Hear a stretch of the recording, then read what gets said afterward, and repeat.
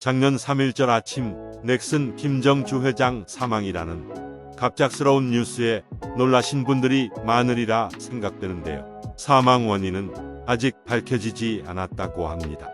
현재 정황으로 보면 자살일 가능성이 매우 높아 보이는데요. 우선 55세라는 창창한 나이에 세상을 떠난 고 김정주 회장님께 심심한 애도의 마음을 전함과 동시에 넥슨이라는 회사에 대해 잘 모르시는 분들을 위해 기본 정보를 알아보겠습니다. 개인적으로 온라인 게임을 그렇게 좋아하는 편은 아니라 평소 넥슨에 관해서는 그다지 관심이 없었습니다. 게다가 사실은 일본에서 살 때 넥슨 재팬에 입사 지원했다가 떨어진 적도 있었습니다.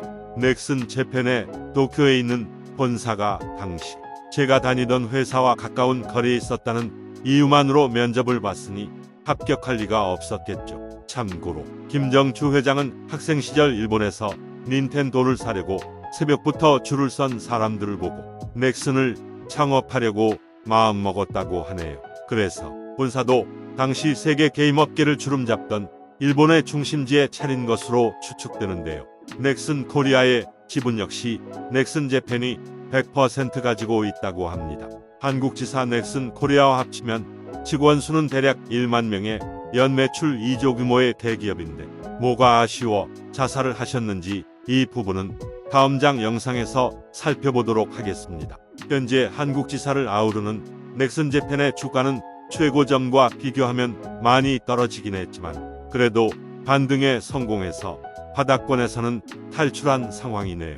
올해 2월에는 사우디아라비아 왕세자 사우디 국부펀드가 약 1조 원을 투자했다는 이슈도 있었기에 김정주 회장님의 죽음이 더욱 아쉬운 시점입니다.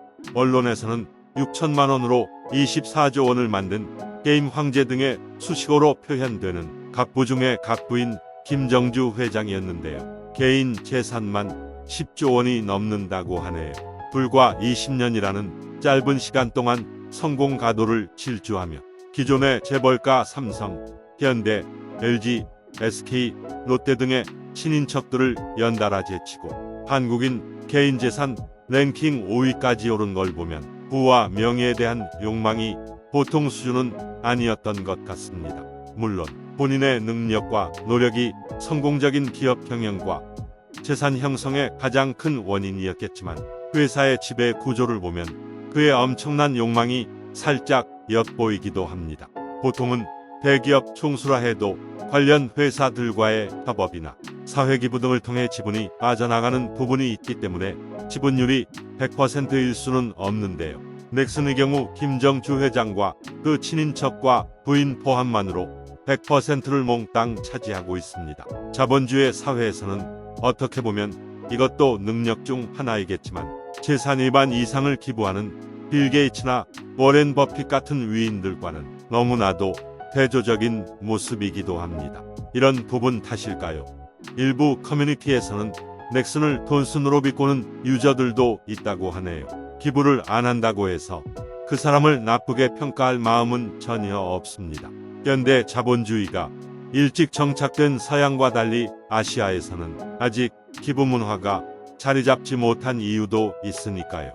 김정주 회장에 대해서는 개인적으로 아무런 감정도 없고 특별한 정보도 갖고 있지 않지만 일개 시민으로서 바라보면 비교적 착한 아저씨였던 것 같습니다.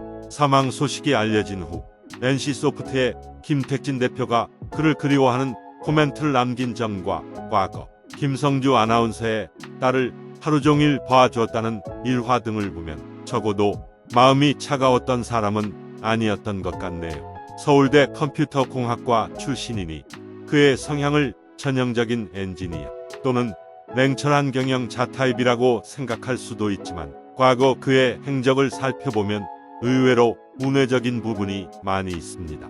엔터테인먼트 회사를 설립해서 영화 제작에 투자했던 점, 한국의 월트 디즈니를 꿈꿨던 점 등만 봐도 쉽게 알 수 있습니다.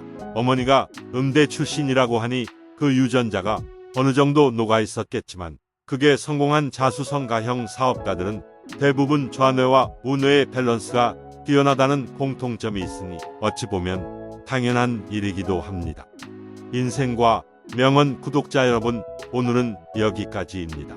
다음 영상에는 김정주 회장을 자살로 몰고 간 원인에 대하여 영상을 보내드리겠습니다.